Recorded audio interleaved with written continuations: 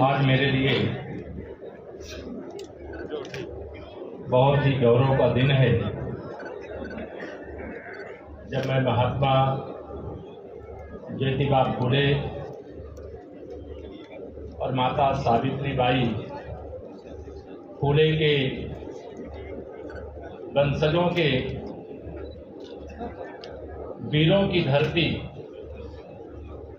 झुंझुनू में इस ऐतिहासिक समागम को संबोधित करने का जो आयोजक मंडल ने मुझे अवसर दिया है, मैं इसके लिए अपनी ओर से भी और उत्तर प्रदेश की 25 करोड़ जनता की ओर से भी हृदय से आभार प्रकट करता हूं। आज के कार्यक्रम के अध्यक्ष वरिष्ठ नेता राज्यसभा में माननीय सांसद श्री राजेंद्र गहलोत जी, हमारे कुरुक्षेत्र जहां से गीता का उपदेश जिसका अभिवर्णन आपने सुना है भगवान श्री कृष्ण ने दिया था, वहां के सांसद आदरणीय श्री नायक सिंह सैनी जी, राज्यसभा में वैसे तो हमारे 4 सांसद माननीय प्रधानमंत्री मोदी जी ने बनाया है अकेले भारतीय जनता पार्टी से, उसमें से 2 लोग यहाँ पर मौजूद हैं और 2 लोग अभी यहाँ नहीं आए हैं, शायद सूचना नहीं हुई होगी। ऐसे उसी में से एक हमारी बहन डॉक्टर कल्पना सैनी जी, राजस्थान सरकार में पूर्व मंत्री जिनसे आप सब परिचित हैं, आदरणीय प्रभुलाल जी सैनी, उत्तराखंड सरकार में मंत्री के रूप में बहुत यशस्वी कार्य किए आदरणीय श्री श्यामवीर सैनी जी, हमारे राजस्थान में विधानसभा में प्रतिनिधित्व करने वाले पूरे समाज का हमारे प्रिय साथी युवा साथी श्री अविनाश गहलोत जी, हमारी बहुत ही वरिष्ठ अधिवक्ता, कोई कठिन से कठिन केस हो कौन लड़ रहा है तो अखबार और टीवी में और सोशल मीडिया में देखेंगे तो हमारी बहन सीमा समृद्धि कुशवाहा लड़ रही हैं। यह देख करके गौरव करने वाले हमारी बहन, हमारे प्रदेश में जो भारतीय जनता पार्टी के मंत्री के रूप में काम देख रहे हैं ऐसे श्री अशोक सैनी जी, हमारे उत्तर प्रदेश से ही पार्टी के नेता और भविष्य में बहुत आगे सब देखेंगे आप ऐसे श्री परमेश्वर लाल सैनी जी, हमारे प्रदेश अध्यक्ष महात्मा ज्योतिबा फूले राष्ट्रीय संस्थान श्रीमान अनुभव चंदेल जी, हमारे छोटे भाई की तरह बहुत प्रिय और इसी झुंझुनू जिले के भारतीय जनता पार्टी के अध्यक्ष श्री पवन सैनी जी, बहुत ही योग्य ढंग से कार्यक्रम का जो संयोजक का काम और संचालन का काम देख रहे हैं श्री महेंद्र शास्त्री जी और श्री मुरारी सैनी जी। मैं दोनों लोगों को इस आयोजन की पूरी टीम को, मैं नाम सबका नहीं पढ़ सकता क्योंकि समय का अभाव रहेगा, पूरी टीम को मैं अभिनंदन देता हूं। और हमारे बहुत ही प्रिय, बहुत लोकप्रिय गायक के रूप में जो मंच पर मेरे साथ ही हैं श्री अमित जी, आप सब जानते हैं, मेरे बच्चे सब बहुत उत्साहित, यह उत्साह आपका जैसे अमित जी को सुनने के लिए दिख रहा है, ऐसा ही उत्साह आप सब युवा हैं और केवल राजस्थान के नहीं, आप पूरे हिंदुस्तान के भविष्य हैं। इसी प्रकार का उत्साह आप सबके अंदर दिखना चाहिए। आज यहाँ पर उपस्थित बड़ी संख्या में मेरे पिता समान बड़े बुजुर्गों में आप सबके पास आ नहीं सकता, यहीं से जो बड़े बुजुर्ग हैं उनके चरण छूता हूँ और आशीर्वाद मांगता हूँ। मेरी मातृशक्ति, मेरी माताओं बहनों, मेरे युवा साथियों, मेरे प्यारे बच्चों, मेरे पत्रकार मित्रों, आज माली सैनी जन चेतना महारैली नाम दिया गया, लेकिन यह महारैली महारैला का रूप धारण कर लिया। और यहाँ कोई ऐसे नहीं होता, मैं जीवन भर राष्ट्रीय स्वयंसेवक संघ का स्वयंसेवक के नाते अपने सामाजिक जीवन की शुरुआत की है और संगठन में लंबे समय तक काम किया है। राजनीति में तो मेरी बहुत छोटी यात्रा है, लेकिन मैं जानता हूं इतनी बड़ी संख्या में इतनी अधिक समय तक अगर लोग बैठे हैं तो निश्चित तौर से मन में कुछ आपने ठाना है और सबने मिलकर के बहुत अच्छा प्रयास किया है। इसके कारण से आप सब इतनी बड़ी संख्या में और इतनी देर से, मुझे बताया गया कि 11 बजे से ही आप लोग आ गए। मैं आप सबको प्रणाम करता हूं। यह उत्साह, ये उमंग, ये एकता, ये संगठन सदा बना रहना चाहिए। हम लोग बचपन से ही कहते संघ शक्ति कलयुगे, संगठन में ही शक्ति है। और इसके संबंध में मैं एक लाइन कहा करता हूं, मेरे भाई बहनों, मेरे बड़े बुजुर्गों, मेरे नौजवान साथियों, या वीर भूमि को मैं प्रणाम करते हुए इस धरती के बारे में मैं शायद अगर ज्यादा कुछ कहूंगा तो आप लोगों को लगेगा कि मैं सूर्य भगवान को दीपक दिखाने की कोशिश कर रहा हूं, क्योंकि आप सब इस झुंझुनू के धरती के लोग हैं। आप सब माली सैनी समाज मेरे परिवार के सदस्य हैं। मैं भी आपका हूं, आप मेरे हैं। इसलिए मैं यहां पर यही कहना चाहूंगा, सत्य यदि दुर्बल हुआ, सत्य माने समाज, सत्य यदि दुर्बल हुआ तो कौन उस पर कान देता? शक्तिशाली की गलत भी बात यह जग मान लेता। अगर आप सत्य हो, आपके पास इतनी संख्या है, उसके बाद भी आपकी शक्ति को कोई पहचानता अगर नहीं है, तो उसके लिए जो नहीं पहचान रहा है उसका दोष नहीं है मेरे मित्रों। वो दोष हमारा, आपका है, हमारे परिवार का है। उस दोष को दूर करिए। अभी हमारी बहन ने बहुत सारी मातृशक्ति के बारे में भी आह्वान किया। हमारे पूर्व वक्ताओं ने बहुत अच्छी अच्छी बातें यहाँ पर रखी है। जो आपको खराब लगे उसको यहीं छोड़ करके चले जाना। मेरी भी कोई बात आपको खराब लगे तो उसको भी यहाँ छोड़ के जाना, लेकिन जो बात अच्छी लगे तो यहाँ से जाने के बाद हर उस घर और उस परिवार तक पहुंचा देना जहाँ पर पहुंचाने की आवश्यकता है, जिसके लिए आप सब यहाँ पर आए हैं, जिसके लिए कई दिन परिश्रम किए हैं, जिसके लिए सुबह 11 बजे से लेकर के मैं घड़ी देख रहा था 4 बज गया। फिर भी आप में से सामान्यतः 5 घंटे तक कोई सभा नहीं चलती है, कोई कार्यक्रम नहीं चलता। यहाँ पे सब अधिकतम लोग उठ करके चले जाते कि अब तो बहुत हो गया, अब हमको जाना है। लेकिन आप यहाँ जो अच्छी बातें उनको लेकर के जाइए, जो खराब बातें इसी परिसर में छोड़ करके जाइए, और आने वाला समय आपका है कि आपको मैं विश्वास दिलाता हूं, आप सबको भरोसा दिलाता हूं। मैं भारतीय जनता पार्टी का अगर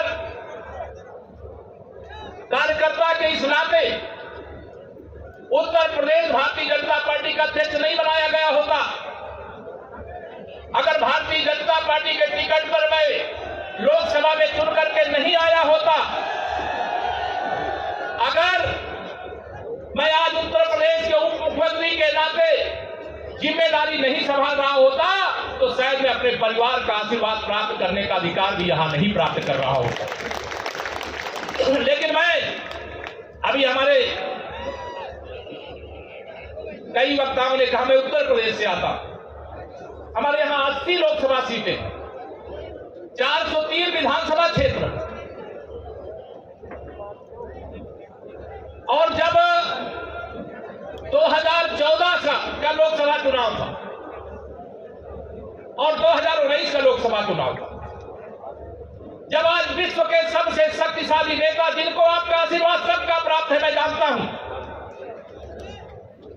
भारत के प्रधानमंत्री माननीय नरेंद्र मोदी जी को प्रधानमंत्री बनाना था, तो हम तो 80 में से 73 सांसद दे पाए थे, लेकिन आपने 25 में से पूरे 25 सांसद 100% दे करके कैसा देशभक्ति का जंजवार उमड़ रहा था।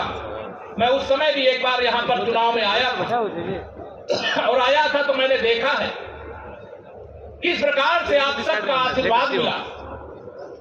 मैं आप सबको यही यहां पर भरोसा दिलाना चाहता हूं, यही कहना चाहता हूं। आज के इस कार्यक्रम का जो बिंदु मुझे बताया गया था, सामाजिक एकता, समाज में राजनीतिक चिंतन एवं निर्णय, सामाजिक कुरीतियों को दूर कैसे करें। अब कुरीतियां क्या क्या है वो आप सब जानते हैं। आर्थिक रूप से विकास कैसे करें। अभी किन महापुरुषों की प्रतिमा पर हमने पुष्पांजलि करके आज के इस कार्यक्रम का प्रारंभ किया था। अपने पुरखे महात्मा ज्योतिबा फुले, माता सावित्रीबाई फुले, उन्होंने क्या मंत्र दिया था शिक्षित बनो, संगठित बनो, सफल बनो। अगर शिक्षा नहीं है तो सब कुछ अधूरा है। मैं यह मानता हूं कि आप में से कोई ऐसा नहीं है कि आज के समय में कोई अपने बच्चों को अच्छी से अच्छी शिक्षा नहीं दिला सकता। अच्छी से अच्छी शिक्षा दिलाने के लिए किसी भी प्रकार की कोई कमी न रह जाए। भले एक समय भोजन मत करिएगा, लेकिन चाहे जितने आगे तक की पढ़ाई हमारे बच्चे करना चाहे, उनको पढ़ाने में पीछे मत रहिएगा। यह संकल्प लेकर के भी यहां से जाने की जरूरत है।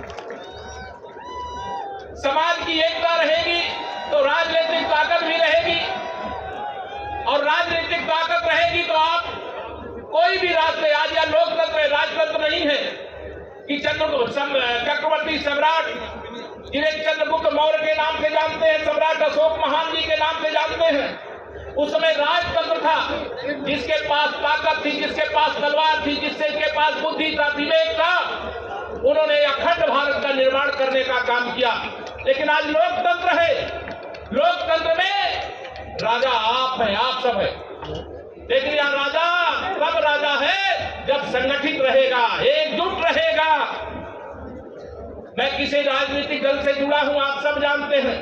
मैं किसी राजनीतिक दल की आलोचना नहीं करना चाहता, लेकिन मैं आप सब लोगों से यह जरूर कहना चाहता हूं, अब लक्ष्य दूर नहीं है मेरे मित्रों। जिस बात की शायद आप सबको प्रतीक्षा है, बहुत सारे लोगों ने मांग पत्र में उठाया।